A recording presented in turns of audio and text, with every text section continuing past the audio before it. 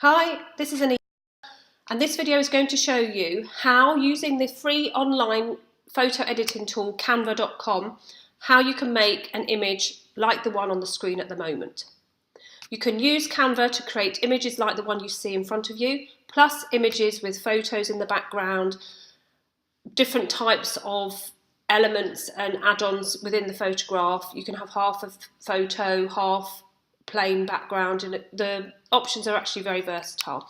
But the purpose of this video, I'm going to show you how you can create this type of image using Canva. Now, I've already created this one in Canva, and I'm going to show you how you can do that as well. So when you go to your Canva suite, it's going to ask you to create a new design. Now, to do that, when you go onto Canva, it will just give you the option on the left-hand side, as you see, create a design. Now, you want to choose the social media design because that's a square and it makes it easier for you to use it across your social media platforms, because a square is quite adaptable and you can shrink it if you need to and cut little bits out if you want to as well. But most social media platforms will take a square as a shape of photograph that is useful. Okay, so I'm going to go back here and I'm going to show you how you can create this. So this is the one that I created previously, but I'm going to take you back to the basics. So when you're presented in your first template, this is what you'll get, but you'll get it without a background. So it will be presented with a white background like that. Now, to put a colour on the background rather than an image, you just go to backgrounds and you choose the colour that you want. Okay, so I've just chosen this pale pink. So that's how you set the colour for your background. If you wanted that background to be an image, what you would do is you would delete that background and then you would go to layouts, and then you could either choose one that they've given you to choose from, or you can go to grids, just put a plain one like that in, and what that does is it squishes the photograph to fit that shape. And then you can go to the free options where it says free photos, and then to add that onto the background, you would just click and hold it and drag it over and it will place it in there for you. So that's how you would place a photograph behind at the back of your image for you to then add your shapes or your text on top. But the purpose of this particular video is to show you how to have a plain pink or any other colour background. So I'm just going to delete that photo, I'm going to delete the frame, and I'm going to go back to backgrounds and I'm going to click pink. And there you have the background all set. Now the next level that you want to do is I want to add a shape with some writing. Now Canva's really good because it does give you lots of free things to use, and as you can see along here, you've got lots and lots of different things that you can use. If you have to pay for it, it has a paid sign next to it, like a dollar sign. If it's free, then it will have the free crown next to it. So I'm going to be using the Canva elements that they offer free. So I'm going to just click that. Now to find that particular shape, you just have to scroll down what it's offering you. So this one I found down the bottom, and I chose this one because it's actually see-through, sort of semi-opaque. So when I click on it, it will just land it onto my picture for me. And then if you want to move it around, you just click and hold and you just drag it around the area that you want to place it. And then, as you can see at the top here, you've got two different colour codes. So I can change the colour if I want to fit my template. So I'm just going to delete that one and we're going to work on this one because this is the one I put on earlier. So as you can see, I can have it in the centre, I can have it at the top left, top right, bottom left, anywhere I would like. And if I wanted to change the colour, I actually go to the colours up here beforehand. So you click on the picker and I can change the heart to a more pinky colour, or I could change it to a grey, or I could change it back to the white that it was on. Because it's semi-opaque, you do get some of the colouring from behind coming through because that's not really completely white. So if you're happy with that colour, then you leave it like that. Now if you want to change the colour of the writing, you just click on that again, and then you can change the colour of the writing to match your needs. You may actually want to choose your brand colours to do that with. Okay, so that's quite nice. So I could actually keep it with a pink rather than a black, but for the purpose of this video, I'm going to leave it black because I've built up the stages for you, and I'd like to just use those colours. But that's how you change the colours if you want them a different colour. So I'm just going to move that back up to where it was. And as you can see, it gives you this little line which tells you that it's central. Okay, so moving on, once you're happy with that, you just click outside the shape and it will be sat on your template. Now, obviously, when you're building your own image, you won't be working on so many pages. You'll only be working on one template, this template here. But because I'm showing you the stages that it takes to go through, you see that I've built it up to the final piece. So that's how I've added the different pages to it. But to actually, for you to just create one image to use, then you would only be working on the first template that it gave you. If you wanted to add more pages, like I've done, then you click this little bit on the right hand side here, and it says copy this page, and it will copy it underneath for you to then work on. Okay, so we've already added the heart, and now I want to show you how you can add this band here, because this band here is just a shape that I put over the top. So to find that band, you would need to go back to the elements section, and then go to shapes. And in the shape section, you've got lots of different various shapes that you can choose from. So this is actually a square that I started off with.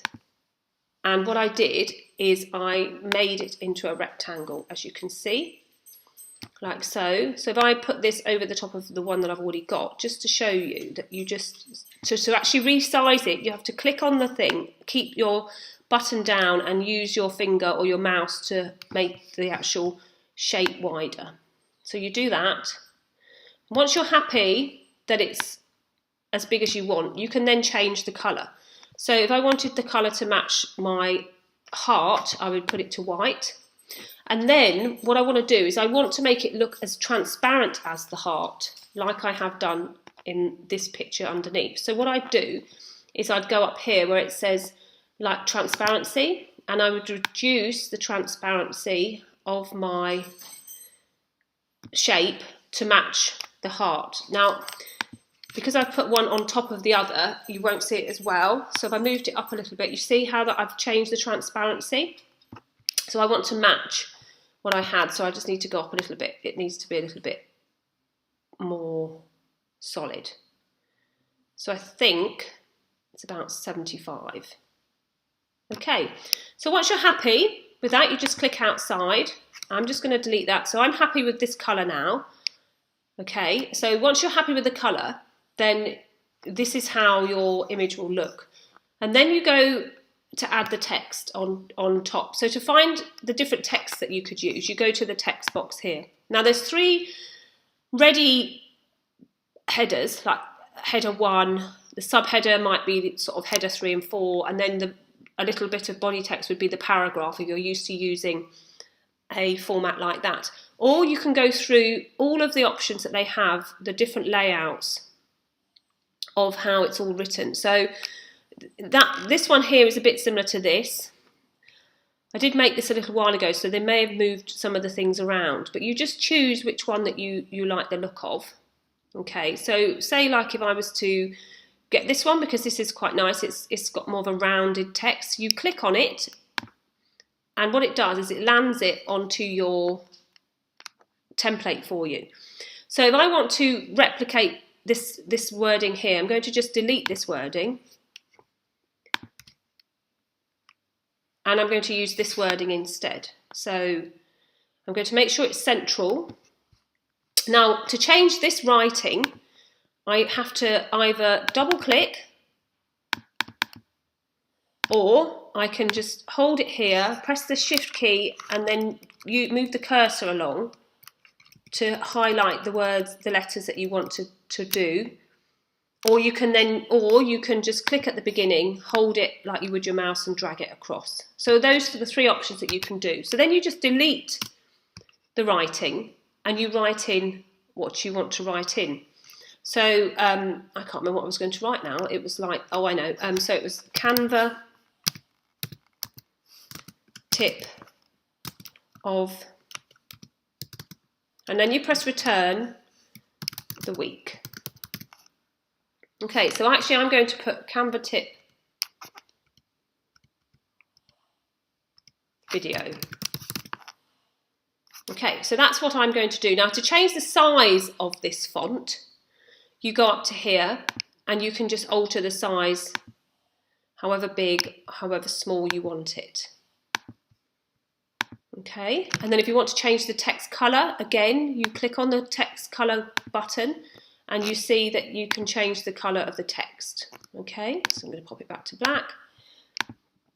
Now, once you're happy with the size and everything, underneath is a separate section where the wording is.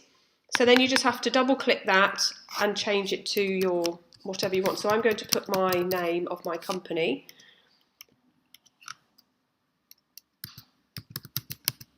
So that everyone knows that that's who made it. It's always good to have a hashtag name on your graphics that you create, because then people know that it's yours. So if someone was going to take this graphic from my Instagram account, for instance, or from my Facebook page and use it elsewhere, they couldn't say that it's theirs because I've actually got my hashtag on it. I couldn't stop them using it without lots of tracking facilities, but at least I know that they more likely won't use something that I've created if I've got my logo or my company name on it. So that's how you create an image as such. Okay, so to actually export this image, what you do is you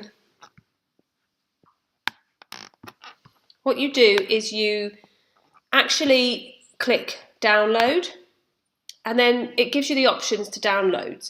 Now, what it's saying is that PNGs download as a zip file. Because I've got lots of images here, it's saying that it wants to download all of them, but I'm only going to download the one. So what I'm going to do is I'm just going to delete. I can delete these so that I can show you how to download it, or if you've got more than one page that you've created, you just click download and you click which page you want to do. So we knew that this was page 4. Let me just double check that. Yeah, it is page 4. So just click download. I want to download page 4, and I want to do it in a PNG because that's a recommended style. And then I just click download, and the download will go into my downloads folder in my computer, and then I can use it elsewhere in my social media places. So it's going to download into somewhere that I can use it in. So I'm going to pop that into my social media summer school, and I'm going to pop that into there. So I'm just going to save it, and it just saves into your downloads folder where you want it to download, or a particular folder in your computer.